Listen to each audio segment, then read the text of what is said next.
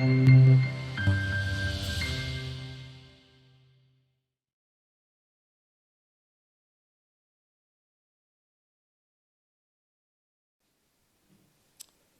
es bueno porque nos presta la vida el día de hoy, podemos estar en su casa, así que vayamos a la Escritura y tratemos de meditar un momento en la palabra del Señor, hasta donde la voz me dé, ¿ok? Así que vamos a Hebreos capítulo 12. Del versículo 1 al versículo 3.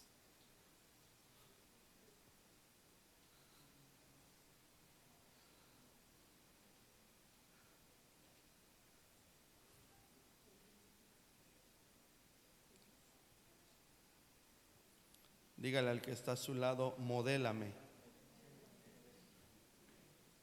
Dígale otra vez, modélame. ¿Sí sabe qué es modelar, verdad? ¿Sí? Hay algunos que son buenos para eso, ¿eh? Y más cuando se trata de una foto, de volada agarran pose y toda la cosa.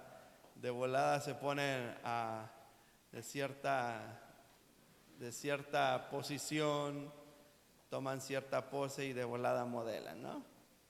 Y hay algunos que son buenísimos para eso, ¿sí o no? Y hay otros que de plano somos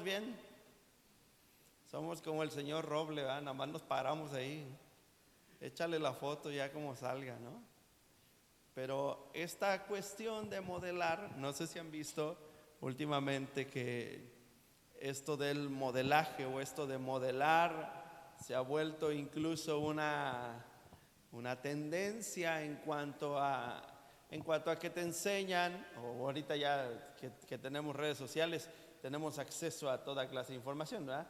Y ahorita ya cualquiera te enseña y te dice, si no quieres que se te vea la papada, ponte de tal posición, estírate tantito, si no quieres que te salga la panza, toma la foto desde arriba, cosas así, ¿no? Detallitos ahí que te van enseñando, y de una manera o de otra te van enseñando como que a modelar, pero ese modelaje simplemente te ayuda a esconder áreas que quizás no son tan gratas a la vista de a quienes tú pretendes modelar, ¿ok?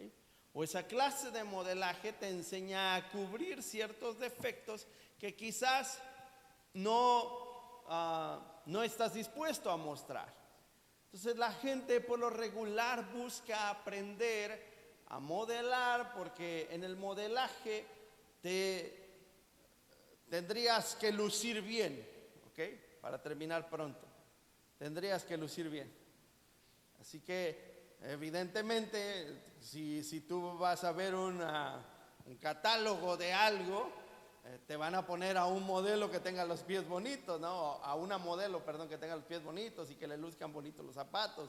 Evidentemente, si vas a comprar un vestido en un catálogo, en una aplicación, te ponen a la supermodelo con el super cuerpazo para que tú veas y te enamores del vestido y digas, así se me va a ver a mí, ¿no? Es raro que tú veas en una aplicación de venta de ropa o en un catálogo de venta de ropa que pongan a alguien con el cuerpo como algunos lo tenemos y te diga, así se te va a ver la camisa, ¿no? O sea, siempre te ponen a alguien acá bien, con un cuerpo escultural y aquí hasta le hace la figura, la camisita y todo. Y dices, órale, ¿no? Así se me va a ver a mí, sí, con todo y cuadritos, ¿no? Pero los de la camisa, o sea, la camisa de cuadros, ¿no? Entonces, esta cuestión de modelar tiene que ver con mostrar una figura, mostrar ¿cómo podríamos? Una descripción gráfica de cómo debería de verse tal o cual cosa, de qué debería mostrar, cómo debería de ser, o cómo pretenden que se vea correctamente la prenda o el diseño para lo que fue hecho. ¿ok? Inclusive, no sé si se han dado cuenta, pero a las mujeres, a cierto tipo de mujer, no sin denigrar a nadie, cierto tipo de mujer, incluso hasta las bolsas combinan con cierto tipo de mujer. Y hay cierto tipo de mujer al que no le va esa bolsa, ¿verdad? Imagínate que tienes una mujer demasiado alta y le das una bolsita de esas chiquititas no sé cómo se llaman, ¿verdad? Pero y con una cadenita, pues le va a quedar así como si trajera un monedero colgado, va a parecer una niña. Entonces, detalles de ese tipo fueron, por esas cuestiones fueron creados los modelajes. Y el modelaje pretende darte una visión clara o específica de cómo debería de verse lo que tú vas a adquirir. Esa es la forma en la cual debería de verse. ¿Okay? Entonces, vayamos a la escritura, Hebreos capítulo 12, porque hoy vamos a hablar de modelaje. Hebreos capítulo 12, del versículo 1 al versículo 3. Tengamos en claro que para nosotros poder modelar una vida cristiana o una vida ajustada a Cristo, tengamos en claro algunas características importantes que hay que tomar y tenerlas muy, muy presentes. ¿Ok? La primera característica es que nunca vamos a dejar de ser humanos. ¿Ok? Entonces, en todo lo que nosotros pretendamos modelar, dile al que está a tu lado, nos podemos equivocar. Dile, pero equivocarnos no es pretexto para que tú no tomes el modelaje en serio.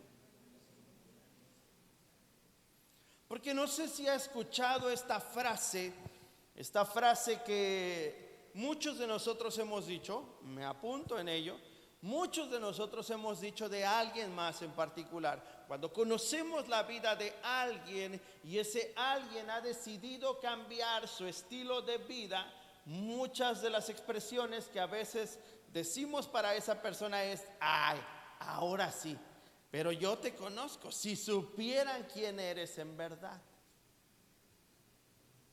Y quizás en muchas áreas de nuestra vida fallamos, pero eso no quiere decir que no estamos intentando tomar el modelo de Cristo para aplicarlo a nuestra vida, y no quiere decir que no estamos haciendo el esfuerzo para poder alcanzarlo.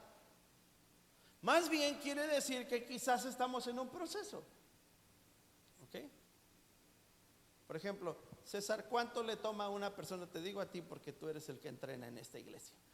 ¿Cuánto le tomaría a una persona cambiar su cuerpo así y ponerse en forma? ¿Cuánto crees que le tome? 3 meses, pero tiene que estar ¿qué? En un mes tú notas los cambios, en 2 meses tu familia los nota y en 3 meses ya los notas. Ya toda la gente chismea de ti, ¿sí? Pero la persona tiene que estar totalmente comprometida. Porque imagínate, ¿verdad? Y esto nos ha de pasar a muchos. Decimos, ya vienen los propósitos de año nuevo, ya vamos a entrar a eso otra vez.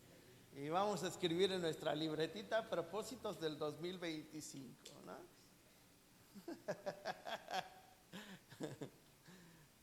Como vi el otro día una persona que dijo, bueno, ahí voy más o menos con mis propósitos, ¿verdad?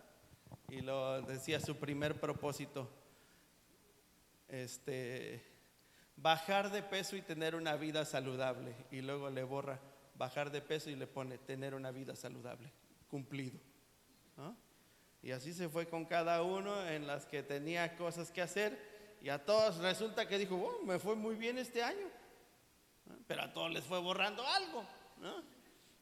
Entonces, quizás nosotros estamos en esa misma. Entonces, de repente dices, bueno, me voy a meter al gimnasio porque quiero tener un cuerpo atlético y todo. Pues sí, hermano, pero no le bajas a la garnacha. O sea, puedes estar 3 horas en el gimnasio, pero con media hora que te sientes a tragar cosas que no debes, las 3 horas del gimnasio se fueron muy lejos de ti. ¿Sí me explico? Entonces, es un compromiso que nos tiene que llevar a cambiar nuestros hábitos para poder alcanzar aquello para lo cual nos estamos comprometiendo. Si no existe el compromiso, si somos fluctuantes en nuestro compromiso, que nos debe pasar a muchos, si somos fluctuantes en nuestro compromiso, va a pasar el tiempo y nos vamos a dar cuenta que no hubo avance. Pero el avance no tiene que ver con que no fui al gimnasio. Tiene que ver con que mi compromiso no se llevó a cabo tal y como debería de ser, ¿no? ¿Cuántos se han comprometido alguna vez a dejar la coca? Y la siguen dejando, pero en el refri, ¿no? Ya no voy a tomar coca, ni de ninguna, ni light, ni nada, ¿no? Y empiezas a decir, ahora sí la voy a dejar. Y sí, pues la dejas en el refri, porque una semana y ya sientes que algo me falta, ¿no? Una parte de mí no está completa. Entonces, cosas de ese tipo son las que nos llevan a romper nuestro compromiso y a dejar a un lado esta cuestión que quisiéramos lograr y no la alcanzamos. Pero veamos en la Escritura qué es lo que Dios dice acerca de este modelaje ahora en un sentido espiritual. Por tanto, Hebreos capítulo 12, versículos del 1 al 3, por tanto nosotros también, teniendo en derredor nuestro tan grande nube de testigos, despojémonos de todo peso y del pecado que nos asedia y corramos con paciencia la carrera que tenemos por delante. Puestos los ojos en Jesús, el autor y consumador de la fe, el cual por el gozo puesto delante de él, sufrió la cruz, menospreciando el oprobio, y se sentó a la diestra del trono de Dios. Considerad a aquel que sufrió tal contradicción de pecadores contra sí mismo, para que vuestro ánimo no se canse hasta desmayar. Inclina tu rostro ahí donde tú estás. Padre, dale a tu palabra tu espíritu, dale el mensaje correcto para nuestro corazón. Que tu palabra, Dios eterno, venga a edificar, a purificar, venga, Señor, a traer vida donde no lo hay. Padre, que tu palabra sea el aliento que necesitamos para seguir caminando en tu propósito y voluntad. En el nombre de Jesús. Amén y amén. Así que estos primeros versículos son parte de un argumento muy extenso en la carta que hoy estamos escuchando, que lleva el nombre de Hebreos. Y en términos generales, esta carta es más bien un discurso o un sermón que está exhortando a los miembros de una comunidad cristiana, de las primeras comunidades cristianas, a no claudicar, a no abandonar la fe en Jesucristo y que debe abrazar nuevamente sus antiguos caminos. Y el autor utiliza diversos recursos para poder explicarnos este mensaje que él quiere darle en esta carta a los hebreos. Así que comienza diciendo que nosotros tenemos en derredor nuestro una gran nube de testigos. Dile al que está a tu lado, siempre habrá alguien que te vea. Y cuando la Biblia explica que hay una gran nube de testigos, no se refiere a testigos en el sentido de personas. Hay un mundo espiritual que se mueve siempre alrededor de nosotros, y este mundo espiritual está lleno de espíritus, valga la redundancia, de espíritus que están observando diariamente nuestro vivir. Y al observar diariamente nuestro vivir, ellos atestiguan las cosas en las cuales nosotros estamos faltos de compromiso. Ellos atestiguan las cosas en las cuales nosotros somos firmes. Ellos atestiguan las cosas en las cuales nosotros estamos bien plantados y en las cuales nosotros estamos fallando de manera constante. Esa es la razón por la cual el enemigo de alguna manera tiene datos sobre nuestra vida, y no es que Satanás pudiese leer nuestra mente, porque no puede hacerlo. Él no es omnisciente, él no es omnipresente, no puede estar en todo lugar, él está en un lugar a la vez, pero siempre tendrá alrededor de nosotros una gran nube de testigos. Y esta gran nube de testigos es utilizada para condenación de cada uno de nosotros, es decir, para señalar siempre nuestros errores.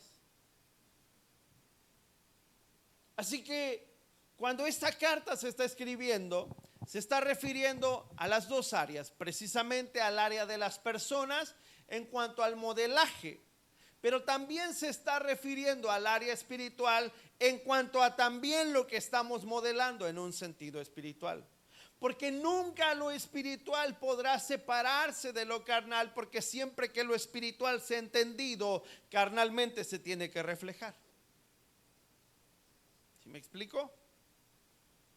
Así que cuando entendemos lo espiritual, si tú entiendes lo espiritual, si tú entiendes el nivel del poder que Dios puso en tu lengua, entonces dejas de chismear.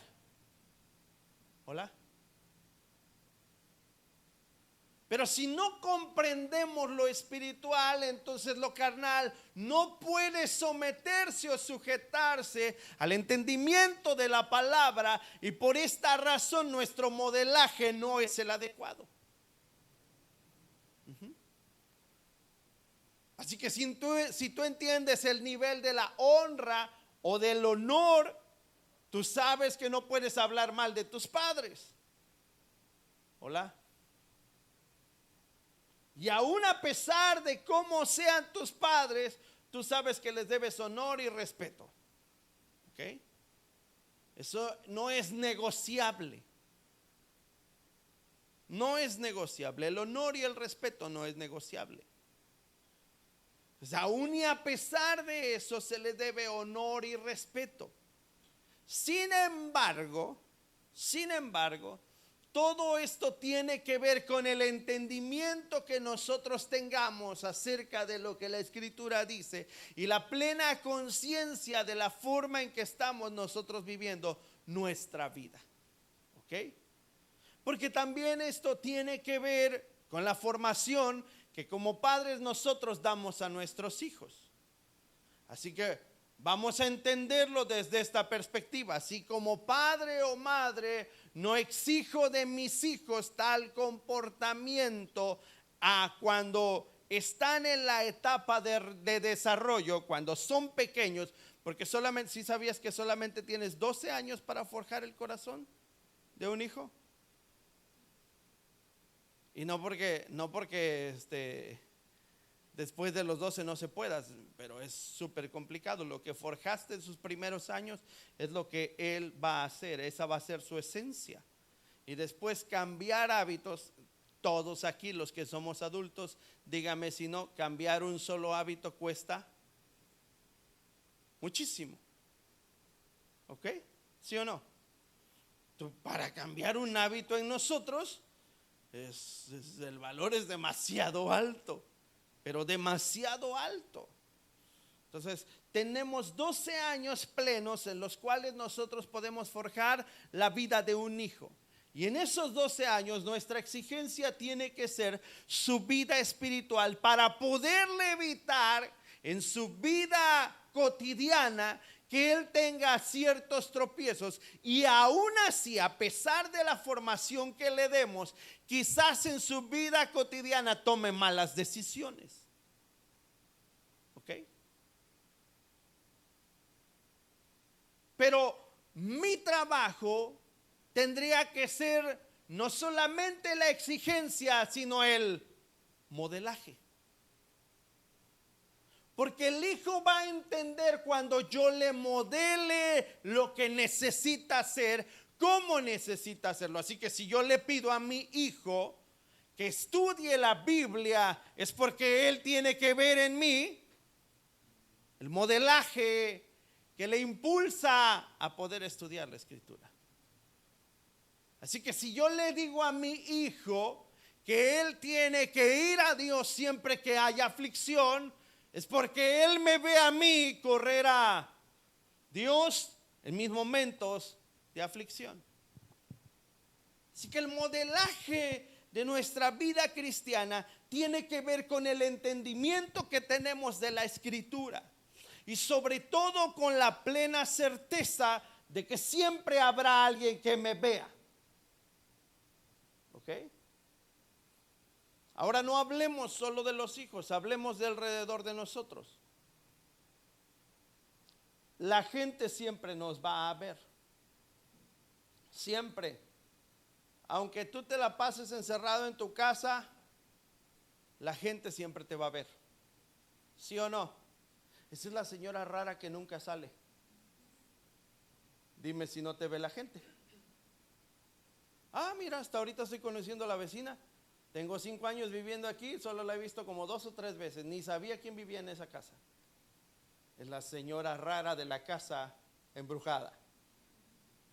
¿Ok? Porque parece ser que no hay nadie ahí. Entonces la gente siempre está viendo y calificando a través de tu modelaje quién eres tú. Y en este asunto tendríamos nosotros que entrar en conciencia de cuál es el modelaje que la gente puede ver de mí. ¿Cómo me pueden ver a mí? ¿Ok? Y la forma correcta de modelar tendría que ver con parecernos cada vez más a Jesús. Cada vez más a Jesús. Quiero que vayamos a un pasaje de la Escritura en el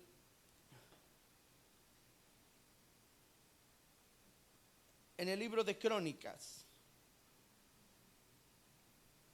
Crónicas capítulo 15, versículo 3. Nada más el versículo 3. ¿Qué dice? Crónicas capítulo 15, segunda de Crónicas, hija. Perdón, no dije si primero o segunda. Segundo libro de Crónicas capítulo 15, versículo 3. Muchos días ha estado Israel sin verdadero Dios y sin sacerdote que enseñara. ¿Y qué? Y sin ley. La expresión muchos días ha estado Israel sin verdadero Dios y sin sacerdote que enseñara, no se refiere a que no hay sacerdote. Se refiere a que hay sacerdote, pero ¿qué? No enseña. ¿Ok?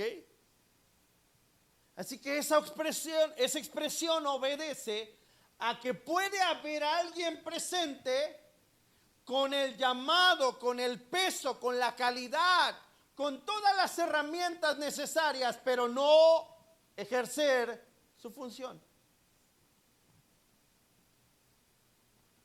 La expresión sin sacerdote que enseñara es una de las declaraciones que tú vas a encontrar más fuertes en toda la Escritura, porque tiene que ver con que todos tenemos un propósito, un llamado, una tarea específica, pero podemos estar presentes sin hacerla.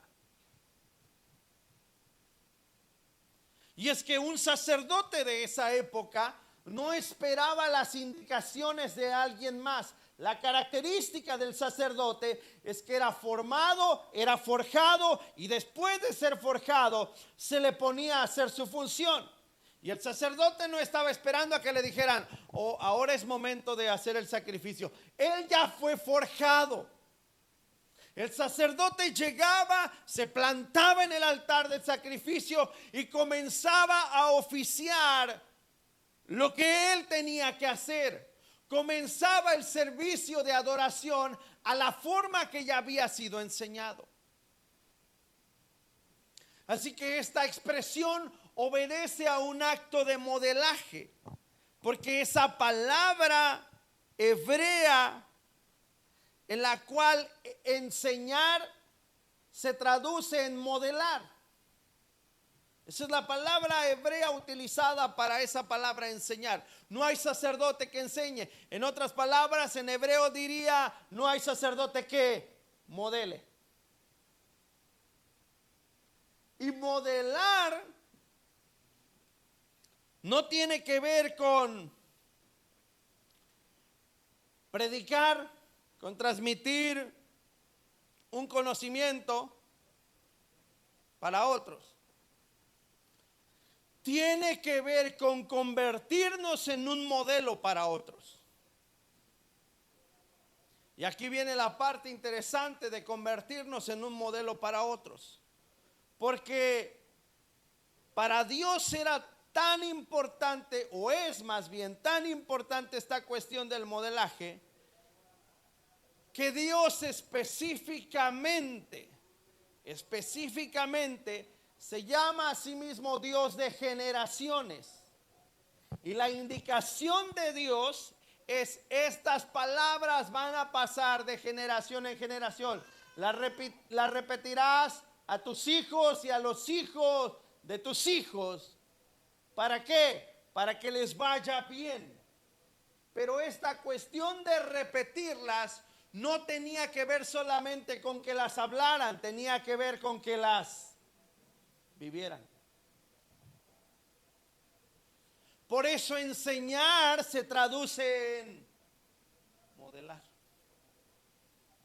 Así que el mensaje más claro que puede pasar de una generación a otra generación no tiene que ver con hablar palabras, no tiene que ver con enseñar o predicar buenos sermones, que eso es importante. Más bien tiene que ver con modelar con mi vida lo que estoy enseñando. Más bien tiene que ver con la forma en la cual yo estoy haciendo que esa palabra se vuelva carne en mi vida y que todos la puedan ver. ¿Ah? Ven, César.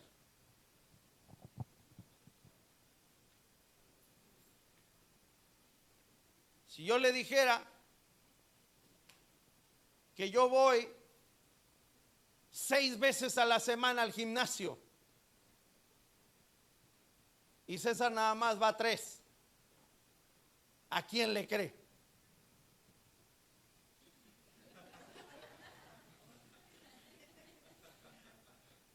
Es evidente, ¿no? Independiente, por eso puse este ejemplo. Independientemente de la persona que yo sea, del cargo, el peso, la responsabilidad, la posición que yo tenga, el modelaje va a decir todo acerca de lo que mis palabras están intentando convencerlo. ¿O no? Imagínese, si él se quita la camisa, a él no le va a dar vergüenza. Pero si yo me quito la camisa, usted se va a echar un taco de carnitas. Ya, mijo, gracias.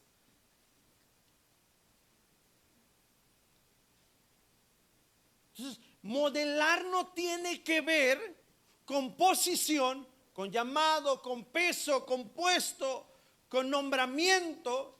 Modelar tiene que ver con que tu vida demuestre en esencia lo que tus palabras están afirmando. Con eso tiene que ver el modelaje. Y enseñar, que es una de las características que la Biblia pide de nosotros como padres, pide de nosotros como hijos de Dios, Si enseñar es algo que Dios pide de nosotros, ¿con qué tiene que ver? Con modelar. Con convertirnos en el modelo que Dios espera que seamos para otros. Así que sin modelaje, el pueblo jamás va a conocer a un verdadero Dios. Siempre va a tener una visión borrosa, una referencia borrosa y turbia de quién es Dios. El modelaje es la mejor arma para terminar con la idolatría. ¿Ok? Así que ayer mientras platicaba con mi esposa un tema muy interesante acerca de Dios,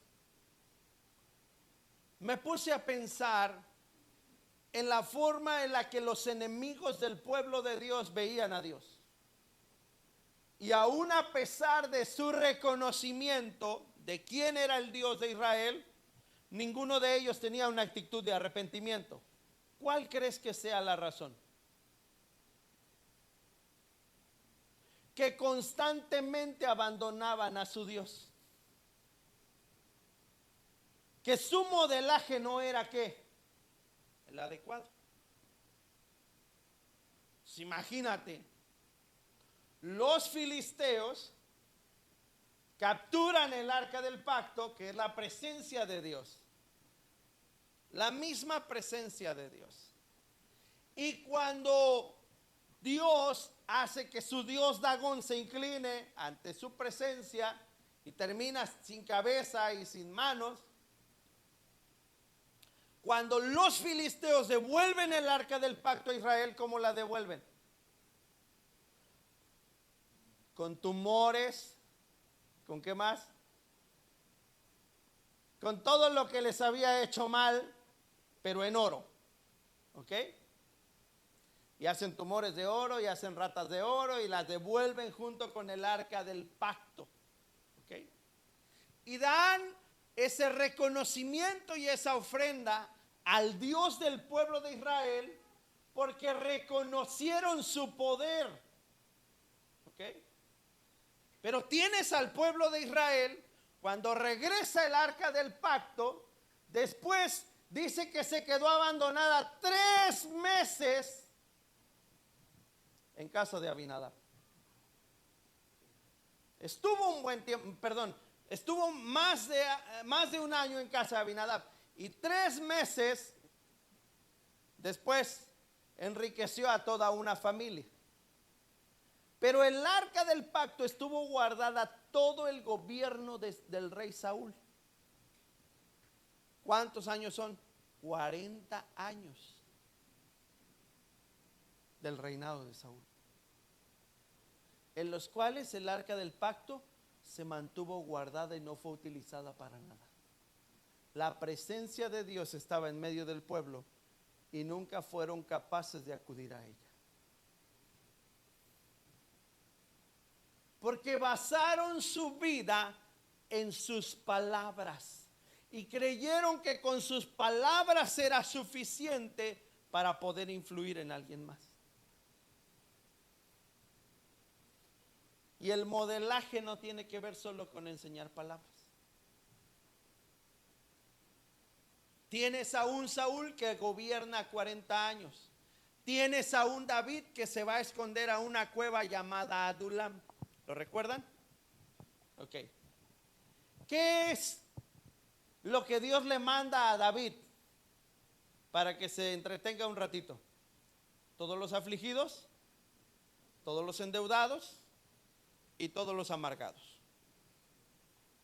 La pregunta es, ¿cómo hizo David para que todos estos cambiaran y se convirtieran en su ejército de guerra?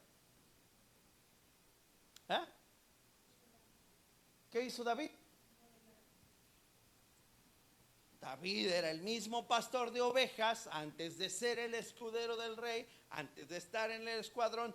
David ni siquiera era guerrero, pero David había aprendido cuando estuvo con Saúl cuando estuvo con el profeta Samuel, David aprendió estrategias de guerra. Así que David se convirtió en el modelo para todos los afligidos, todos los endeudados y todos los amargados.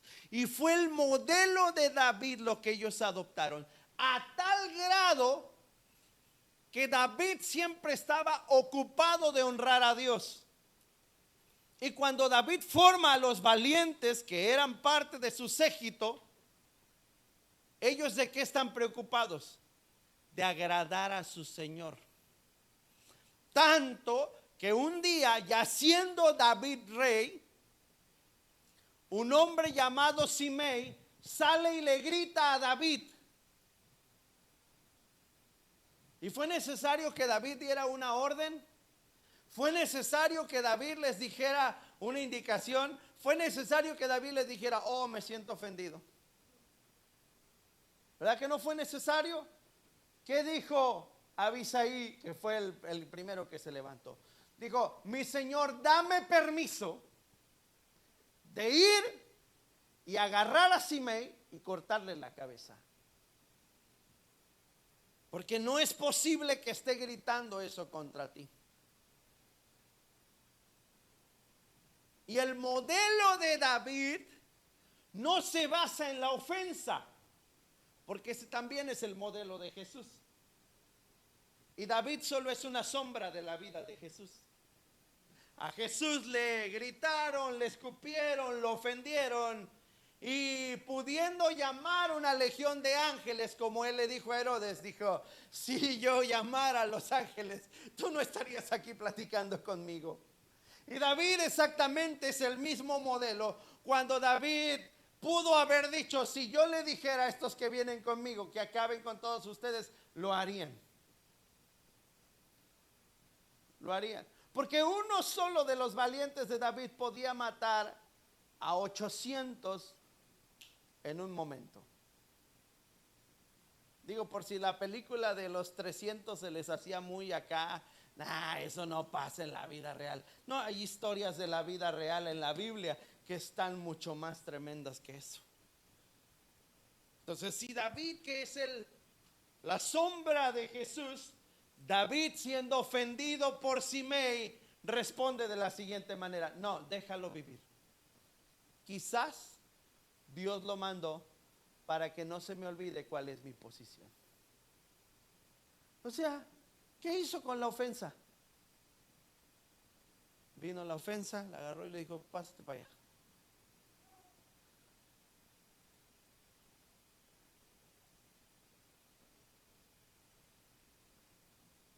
¿Y qué hizo Jesús con la ofensa? Agarró la ofensa y también le dijo, llégale. Miren al rey de los judíos. Eres tú el rey de los judíos. Póngale una corona. Y fueron por una corona de espinas y se la pusieron. Ahora sí eres un verdadero rey. Y Jesús estaba totalmente adolorido por lo que ellos estaban haciendo, porque los mismos que gritaron una semana antes, Hosana al hijo de David, eran los mismos que estaban gritando en el patio de Herodes, crucifíquenle. Y aún y a pesar de que Jesús pudo haber reconocido a varios ahí, su modelaje no fue cobrar venganza. Su modelaje no fue orar al Padre para que el fuego los consumiera. Su modelaje no fue ojalá ardan en el infierno. Su modelaje fue, Padre, perdónalos. La verdad, ellos no saben lo que están haciendo.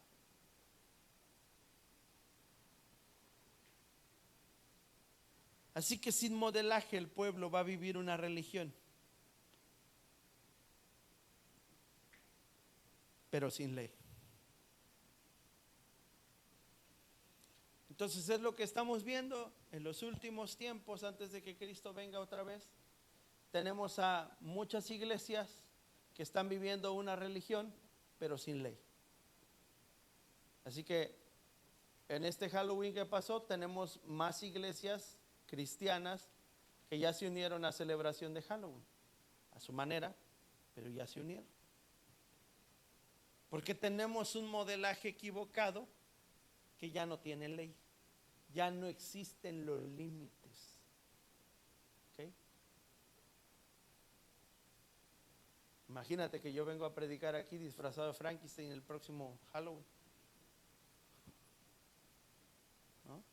Y te digo, es que es para ganar a los perdidos, porque así todos van a entrar a ver el pastor que se viste de Halloween que se viste de Frankenstein cada Halloween. Y puedo excusarme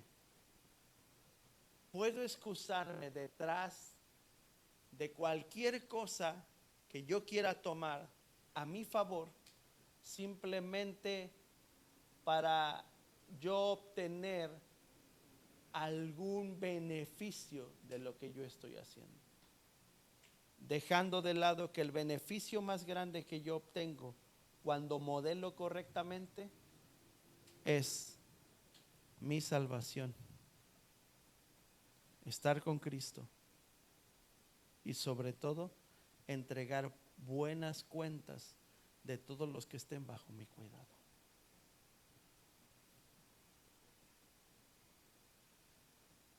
¿Cuántos padres se arrepienten de no haber modelado correctamente a sus hijos y ahora no los pueden corregir? Que si el tiempo lo hubiesen aprovechado de manera correcta, ahora podrían hacer algo. ¿Cuántos padres ni siquiera se están dando cuenta que sus hijos están teniendo prácticas que van contra la naturaleza y contra los principios de Dios en secreto? Y al que algunos de ellos tienen cierta noción, no lo quieren aceptar. ¿Por qué razón? Porque creen que su modelaje fue el correcto, pero ahí te das cuenta que su modelaje fue deficiente.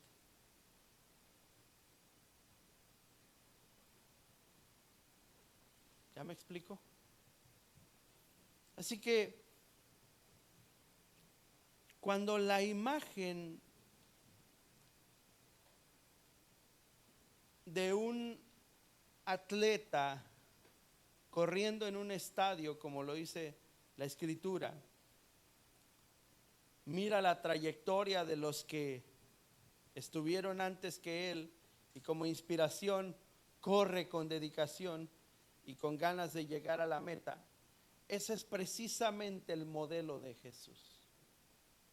El modelo de Jesús es haber venido a esta tierra, haberse hecho hombre, estando en la posición de Dios, dice, no estimó ser igual a Dios. Es decir, no vino a mostrarnos como Dios lo que se puede hacer.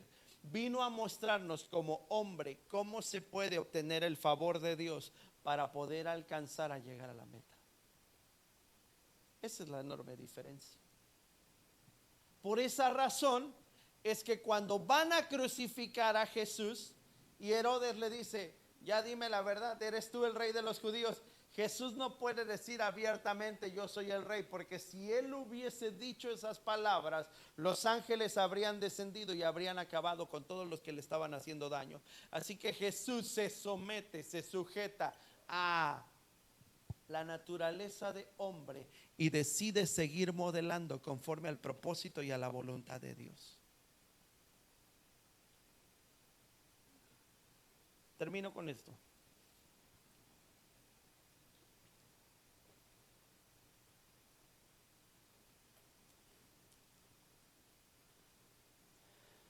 El centro de toda la vida cristiana es Cristo, es Jesús.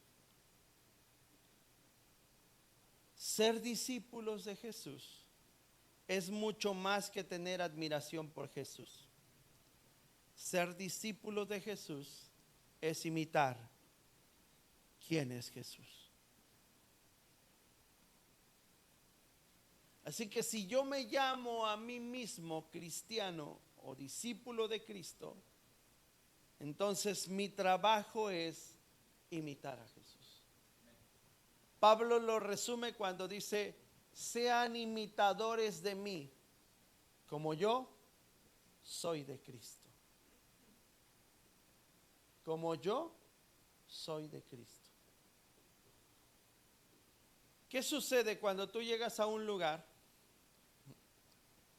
A mí me encanta cuando hacen experimentos sociales con la gente porque te abre el panorama y te deja ver quién realmente es la gente. Y hace algunos años atrás vi un experimento social que hicieron y llegó un chavo a la orilla donde la gente se sentaba a hacer picnic, y llegó un chavo y llegó con sus cosas de picnic y de repente empezó a bailar, bien raro, y empezó a agitar sus manos y a moverse y todo, y todos se le quedaban viendo así como que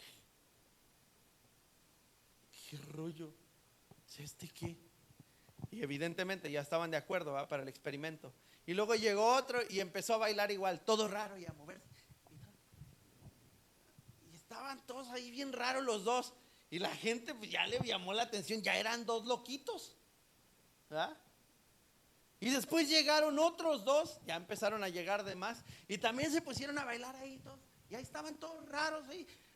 4 loquitos bailando. ¿De qué se trata esto?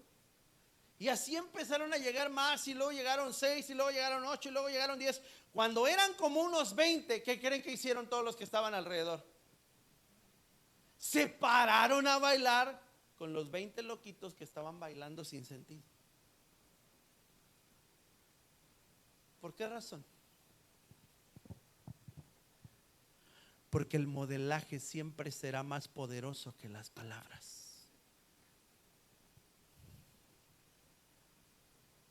Las palabras te convencen, pero el ejemplo te arrastra.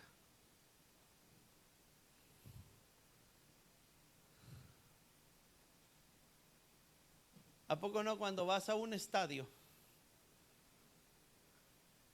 Tú haces todo lo que los del estadio hacen, porque entras en la euforia de lo que está pasando en el momento. ¿A poco no? Yo he ido al estadio de los Tigres y yo me pongo a gritar como si yo fuera tigre. Yo no soy nada.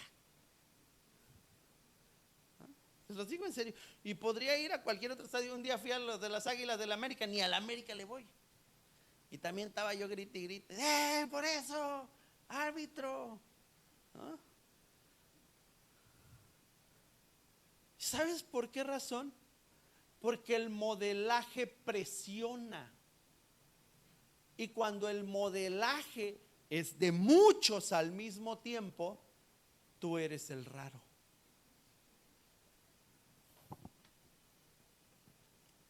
Y a ese modelaje de muchos al mismo tiempo tiene un nombre. ¿Sabes cómo se llama?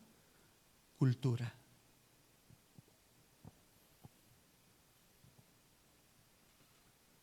Cada lugar tiene su cultura. Tú vas al estadio de los Rayados, no tienen la misma cultura que en el estadio de los Tigres, ¿no? Cuando fuimos a Argentina, fuimos al estadio del Boca y yo dije, ya entiendo. Y luego fuimos al estadio de River, dije, no, también entiendo. O sea, al River le van los fresones y al Boca le van los del barrio. Algo más o menos así como aquí en Monterrey. Nadie se me ofenda de los que son tigres. Al tigre les van los del barrio y a los Rayados les van los más fresones. Y ahí salió quiénes son, ¿ya ves? Solo ahí va el asunto de la cultura. Ahí va el asunto de la cultura. Culturalmente, tú entras a un estadio y no puedes esperar que sea igual al tuyo. Por eso me parece absurdo que siempre entre equipos contrarios estén peleando quién es mejor. No puedes comparar, porque son de culturas diferentes. Tan sencillo te lo pongo. Vete a una fiesta en tu colonia y vete a una fiesta en San Pedro. ¿El ambiente va a ser el mismo? ¿Y podríamos compararlos? Y decir, no manches, yo prefiero ir a la fiesta de mi barrio porque ahí está sonidero. ¿Eh? Y allá en San Pedro no van.